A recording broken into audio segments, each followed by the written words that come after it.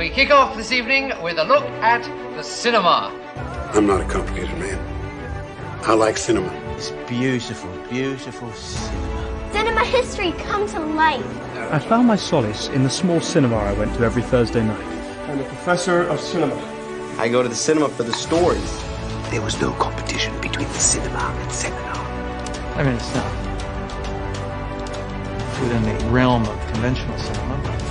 And now, here's Pace and Johnson with a cinema review.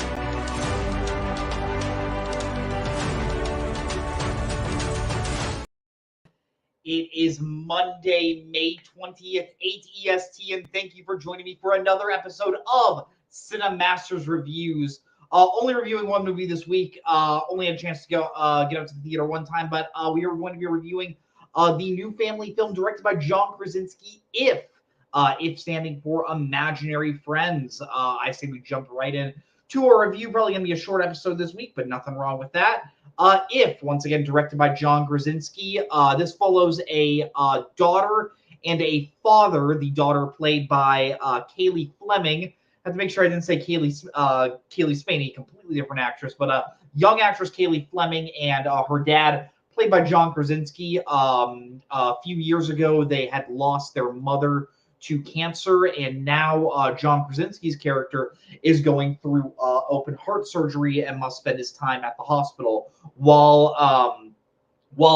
spending time at the hospital, B, who is played by Kaylee Fleming, is living with her grandmother, played by Fiona Shaw, who you probably know from the Harry Potter movies, played by Aunt Petunia. And while staying with her grandmother, she discovers some sort of extraordinary characters who turn out to be imaginary friends such as Blue, voiced by Steve Carell, and Blossom, voiced by Phoebe Waller-Bridge. Both those characters are accompanied by the human character of Cal, played by Ryan Reynolds, who is essentially trying to help these imaginary friends that tend to be lost and forgotten by the children as they grow up. B decides, hey, you know what? All these imaginary friends, they had people that they could live with, but now they seem to have gone away. Why don't we try to reunite them with the adults that have grown up, so that way they have a home, and that way they have a permanent bond.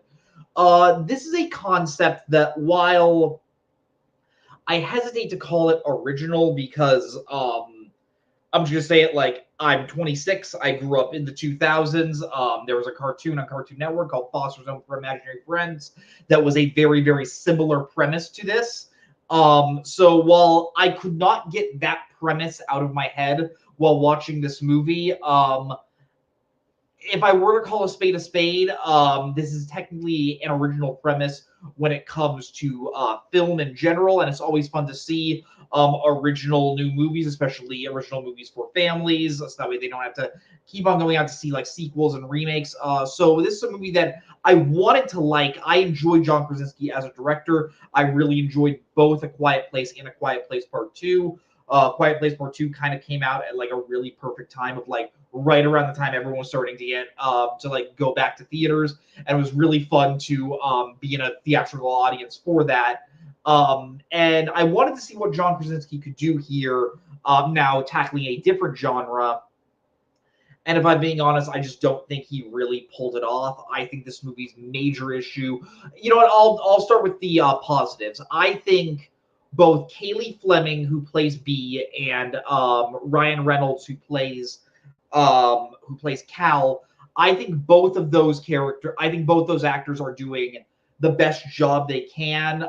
There's not a ton for Kaylee Fleming to do, but for someone who is a new child star, and for someone who a lot of the movie is on her shoulders, she's definitely not giving a bad performance by any means. She's actually pretty good. You never know what you're going to get with child actors, because you can get a very you oftentimes get child actors that just don't feel like real kids. This character feels like a real kid, so I want to give the movie props for that. And I think she's doing a solid job. I know a lot of people tend to be annoyed by Ryan Reynolds. I've never had an issue with him. And I think he's toning down like the Ryan Reynolds isms in this movie. Like, he's not trying to be like the most like super charming guy in the world. He's honestly playing the character in kind of a more like grouchy and angry way, and I thought that was kind of fun. Of like he's annoyed by all these imaginary friends, especially Blue, voiced by Steve Carell, who's the most like over the top character. If you've seen the trailers, he's like this giant purple glob. Yes, they explain why he's purple, but his name is Blue. But yeah, I think Ryan Reynolds is actually doing a pretty solid job. If I'm being honest, my least favorite performance in this movie, and this is gonna sound bad, but I think it's probably John Krasinski. John Krasinski is a guy I like, even as an actor. I was a big fan of The Office. I think his character Jim was very fun.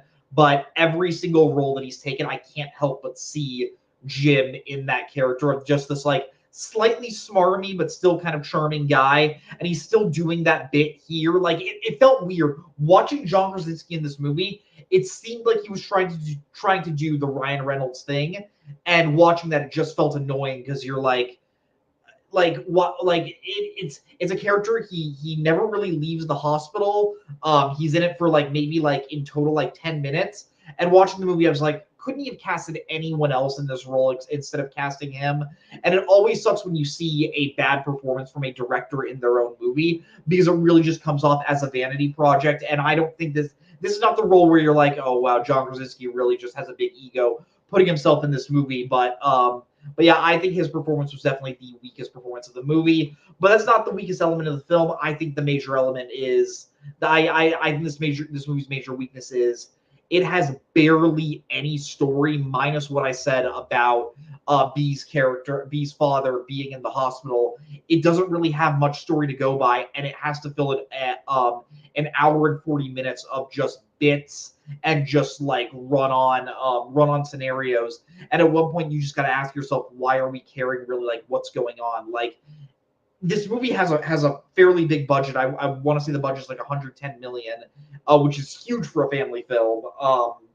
And like there are some cool visuals, but there will be multiple scenes where you're just viewing like the the land of imaginary friends through specifically B and Cal's perspective, and you just have scenes that go on for like 5 to 10 minutes. And at some point you're like, what is the point of this when like we really don't care about these characters? We really have no reason to invest in this story, because the movie doesn't really give us a particular reason to invest in the story, because I think the script is just so shallow and so plain. I know it feels weird to complain about a family film for that reason, but I gotta judge the movie based off what it is. And I just watching this movie, I was like, I feel like kids would just get bored watching it, because there's not really much going on in terms of in terms of the stakes of the characters. Like eventually halfway through, like I said, B makes the decision to like, I want to try to reunite the imaginary friends with their original owner. And yeah, you have maybe like 2 scenarios where we watch that happen, but nothing really comes of that. Like I think about the pacing of this film, and the last half of this movie, like one character goes away, and it ends up making B very, very sad. And then just we have this like short, like little reveal towards the end of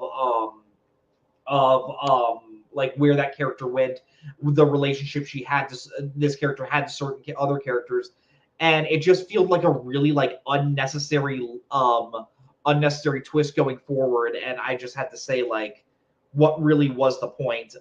Nick and Bo says, so just watch reruns of Foster's instead. I forgot about that show. Yes, that show slaps. It still holds up. If anyone remembers Foster's Home for Imaginary Friends, it's still awesome. It's funny that this movie and that show have a character named Blue. This Blue is a lot less maniacal and gaslighting as the Blue from that show. Like, I think that's my favorite thing about going back and watching the original Foster's, is that like Blue is kind of the villain of that show, and I kind of love it. But yeah, thank you for the comment.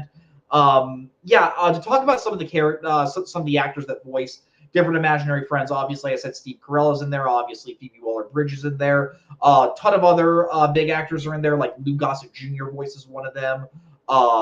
Bradley Cooper voices one of them. The characters, while not being like super memorable, also maybe not as annoying as you would expect. So I do give the movie credit for that.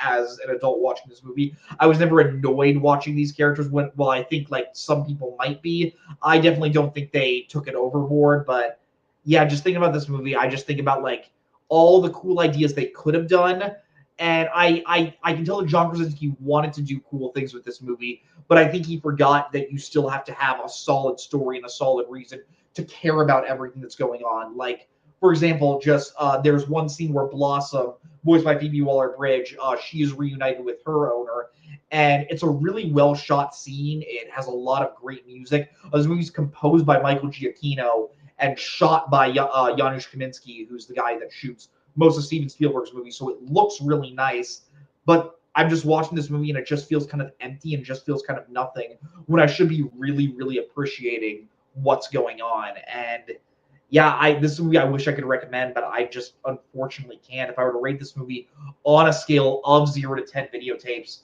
0 being absolutely awful, 10 being absolutely incredible, I think I'm going to go with a 4.5 videotapes. I think this is a pretty bad movie. It looks nice. I think some of the performances are good, but it really just feels like an empty shell of a movie, and it just kind of feels like a waste of an hour and 40 minutes. I think if you have kids and you want to put something on to just kind of have them just turn their brain off, I think maybe this movie would be good for that. But this is not something that you really need to rush out to the theaters to go see. But yeah, thank you all for watching. I know short episode this week, but unfortunately I could only get out to the theater one time. Remember to like this video and subscribe to the video store. It helps grow our channel a lot. Next week, one of my most anticipated movies of the summer, that being Furiosa, as well as the new Garfield movie. I hope to go see both of those. Really going to try to make it a bigger priority to go out and see multiple movies in the weekend, because I like talking about more movies than just one. I enjoy talking about one, but you know what? It's always fun to get the word out there on more movies, even if they aren't very good. But it really is awesome when they are good. But yeah, thank you all for watching, and remember, watch more movies.